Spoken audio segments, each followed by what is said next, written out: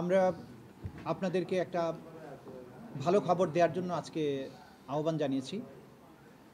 আপনারা জানেন যে আন্তর্জাতিক অপরাধ ট্রাইব্যুনাল জুলাই আগস্টের বিপ্লবের পরে পুনর্গঠিত হয় এবং গত 5ই সেপ্টেম্বর আমাকে চিফ প্রসিকিউটর নিয়োগ দেওয়া হয় এবং এর পরবর্তীতে তদন্ত সংস্থার পুনর্গঠন করা হয়, ট্রাইব্যুনাল পুনর্গঠন করা হয়। জুলাই আগস্টের বিপ্লবের পরে দায়িত্ব নেওয়া যে নতুন সরকার, তাদের প্রায়োরিটি হচ্ছে জুলাই আগস্টে সংগঠিত যে মানবতা বিরোধী অপরাধ, সেই অপরাধের দায়ে যে সমস্ত ব্যক্তি দোষী তাদেরকে বিচারের মুখোমুখি করা, আইনের মুখোমুখি করা। রাষ্ট্রের পক্ষ থেকে সেই চ্যালেঞ্জ নেওয়ার কারণে, সেই দায়িত্ব দেওয়ার মাধ্যমেই আন্তর্জাতিক অপরাধ ট্রাইব্যুনালের প্রসিকিউশন, তদন্ত সংস্থা এবং ট্রাইব্যুনাল পুনর্গঠিত হয়েছিল। সেই লক্ষ্যে আমরা সেই দিন থেকেই দায়িত্ব পালন শুরু করি। আপনারা জানেন যে মানবতা বিরোধী অপরাধ বাংলাদেশে জুলাই আগস্টে যেটা সংগঠিত হয়েছে সেটা ছিল ওয়াইড স্প্রেড, সিস্টেম্যাটিক, সেটা গোটা বাংলাদেশ জুড়ে সংগঠিত হয়েছিল। এই অপরাধের স্থান ছিল 56,000 বর্গ মাইলের সর্বত্র। এর সাথে রাষ্ট্রের বিভিন্ন বাহিনী সরাসরি অংশগ্রহণ করেছে।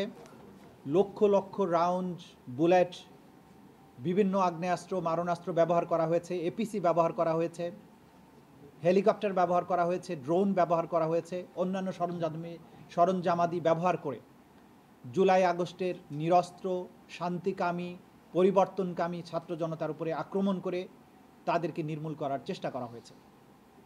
সেই অপরাধের ব্যাপকতার নিরিখে আমরা বাংলাদেশের বিভিন্ন জায়গায়, বিশেষ করে যেখানে উল্লেখযোগ্য পরিমাণে নিষ্ঠুরতা সংগঠিত হয়েছিল, সেগুলোকে আলাদা আলাদাভাবে ধরে তদন্ত রিপোর্টগুলো সম্পন্ন করার জন্য চেষ্টা করেছি। তদন্ত করার চেষ্টা অব্যাহত আছে।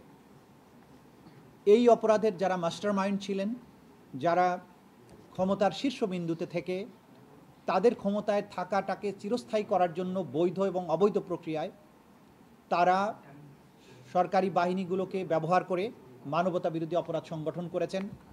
প্রধানমন্ত্রী যিনি সেই সময় ছিলেন, তার সরাসরি নির্দেশে তার নিচের লেভেলে স্বরাষ্ট্রমন্ত্রী, পুলিশের আইজিপি, বিভিন্ন পর্যায়ের আইন শৃঙ্খলা রক্ষাকারী বাহিনীর কর্মকর্তা, বিভিন্ন বাহিনীর কিছু অফিসার, কিছু সিভিল সার্ভেন্ট, এরা এই অপরাধ সংগঠনে সরাসরি প্ল্যানিং, প্রিপারেশন, ওয়ার্ডার এবং সরাসরি সম্পৃক্ততার মাধ্যমে তাদের সম্পৃক্ততা এখানে আমাদের তদন্তে আমরা পেয়েছি। এই তদন্ত প্রক্রিয়া চলমান থাকা অবস্থায় আপনারা সবসময়, আমরা যেটা বলেছি আপনাদের কাছে, যে প্রধান আসামি শেখ হাসিনা সহ তার সুপিরিয়র কমান্ডারদের জন্য তদন্তটা আলাদাভাবে হচ্ছে। কারণ বাংলাদেশের সর্বত্র যে জায়গাতেই অপরাধগুলো হয়েছে, প্রত্যেকটা অপরাধের সাথে তাদের সম্পৃক্ততা প্রমাণিত।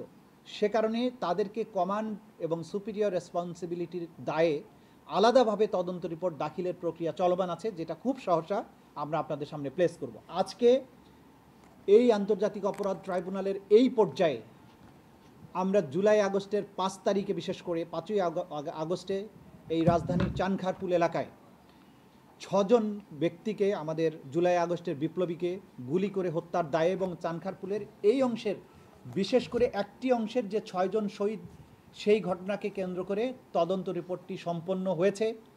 গতকালকে তদন্ত সংস্থা আমাদের কাছে সেই রিপোর্টটি হস্তান্তর করেছে। সেই রিপোর্টে 8 জনকে আমরা আসামি হিসাবে পেয়েছি। সেই 8 জন হচ্ছেন ডিএমপির সাবেক কমিশনার হাবিবুর রহমান, ডিএমপির সাবেক যুগ্ম কমিশনার সুদীপ কুমার চক্রবর্তী, শাহ আলম মোহাম্মদ আক্তারুল ইসলাম সাবেক এডিসি রমনাজন ডিএমপি, মোহাম্মদ ইমরুল সাবেক এসি রমনাজন ডিএমপি, আরশাদ হোসেন সাবেক পুলিশ পরিদর্শক অপারেশন শাহবাগ থানা, কনস্টেবল সুজন, কনস্টেবল ইমাজ হোসেন এবং কনস্টেবল নাসিরুল ইসলাম।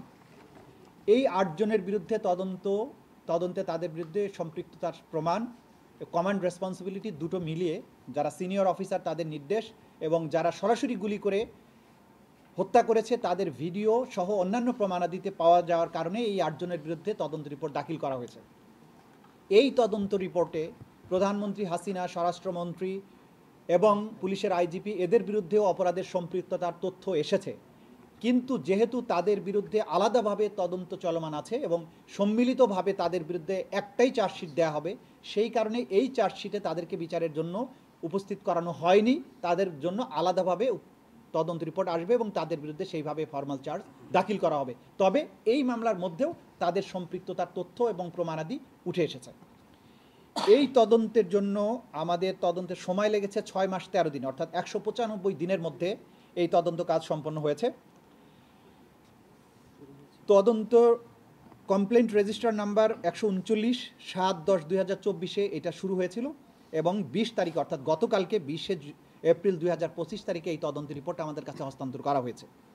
এই তদন্তের মূল প্রতিবেদন অংশের মোট পৃষ্ঠা সংখ্যা হচ্ছে 90। অন্যান্য আচ্ছা, এরপরে গালিলিক প্রমাণ, অডিও এবং অন্যান্য প্রমাণাদি আলাদা ভলিউমে সংরক্ষিত আছে, সেটার নাম্বারগুলো এই মুহূর্তে আমি দিতে পারছি না। মোট সাক্ষী 79 জন সাক্ষীর জবানবন্দি গৃহীত হয়েছে। এখান থেকে আমরা যখন ফর্মাল চার্জ চিফ প্রসিকিউটর যখন ফর্মাল চার্জ দাখিল করবেন তখন এখান থেকে আমরা হয়তো এর সংখ্যা কমানো হতে পারে। আমরা দেখব যে সবচেয়ে বেস্ট যারা আছে তাদেরকে হয়তো উপস্থাপন করা হবে। ভিডিও চিত্র ধারণ করে যেটা আমরা প্রমাণাদি পেয়েছি এবং সেগুলোকে এখন নিখুঁতভাবে পরীক্ষা নিরীক্ষার পরে যেটা পেয়েছি, 19টি ভিডিও এখানে আমরা জব্দ করেছি এবং সেটা এখানে প্রমাণ হিসেবে দাখিল করা হয়েছে। পত্রপত্রিকার রিপোর্ট দাখিল করা হয়েছে মোট 11টি। অডিও রেকর্ডিং দাখিল করা হয়েছে 2টি, তার মধ্যে প্রধানমন্ত্রী শেখ হাসিনার কল রেকর্ড আছে, যেই কল রেকর্ডের মাধ্যমে তিনি পুলিশকে মারণাস্ত্র ব্যবহার করে এই আন্দোলনকারীদের হত্যার নির্দেশ দিয়েছিলেন, সেটিও এখানে আছে। এর বাইরে ডিএমপির কমিশনার হাবিবুর রহমান প্রধানমন্ত্রীর মারণাস্ত্র ব্যবহার করে আন্দোলনকারীদের যে হত্যা করার নির্দেশ, সেইটার আলোকে তিনি ওয়্যারলেস মেসেজে সমস্ত পুলিশ বাহিনীকে নির্দেশ দিয়েছিলেন সিআর অর্থাৎ চায়না রাইফেলের মাধ্যমে জুলাই বিপ্লবীদের হত্যা করার জন্য। সেই অডিও রেকর্ডটিও এক্সামিন করে সেখানে প্রমাণ আকারে দাখিল করা হয়েছে। বিভিন্ন বই এবং রিপোর্ট দাখিল করা হয়েছে 11টি। এর মধ্যে জাতিসংঘ যে বাংলাদেশে জুলাই আগস্টে সংগঠিত মানবতা বিরোধী অপরাধের উপরে যে তদন্ত রিপোর্ট করেছিলেন সেই রিপোর্টটিও আছে। হিউম্যান রাইটস ওয়াচ যেটা করেছিলেন সেটাও আছে। এর বাইরে বিভিন্ন সংস্থার রিপোর্টগুলো এখানে আছে।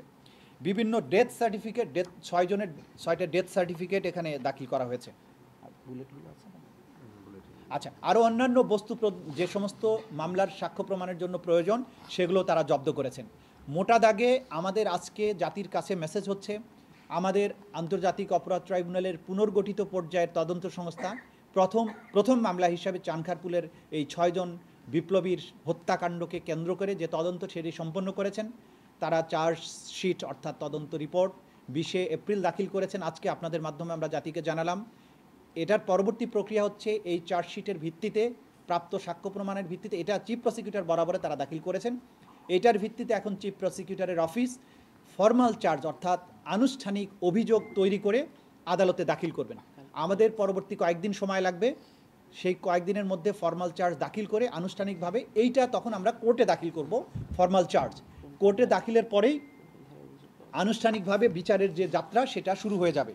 তাদের বিরুদ্ধে যে সমস্ত ধারায় অপরাধের প্রমাণ পাওয়া গেছে সেগুলো হচ্ছে ইন্টারন্যাশনাল ক্রাইমস ট্রাইব্যুনাল অ্যাক্টের 1973-এর 3-এর এ, এফ, জি, এইচ এবং 4-এর 1, 4-এর 2 এবং 4-এর 3 ধারায় মানবতা বিরোধী অপরাধ সংগঠন করার অভিযোগ প্রমাণিত হয়েছে তদন্তে, সে কারণে তারা চার্জশিট দাখিল করেছেন। ইনশাল্লাহ আমরা এই রিপোর্ট পেয়েছি গতকালকে আনুষ্ঠানিকভাবে তদন্ত সংস্থায় এটা আমার কাছে হস্তান্তর করা হয়েছিল। আজকে তারা এখানে নিয়ে এসেছেন। আজকের থেকেই ফর্মাল চার্জ তৈরির প্রক্রিয়াটা শুরু হবে। অল্প কয়েকদিনের মধ্যেই ফর্মাল চার্জ তৈরি হয়ে যাওয়ার পরপরই আদালতে এটা আমরা দাখিল করব এবং আইনের যে প্রক্রিয়াগুলো আছে সেই অনুযায়ী আনুষ্ঠানিক বিচারের যাত্রা শুরু হবে। আপনাদের সবাইকে ধন্যবাদ।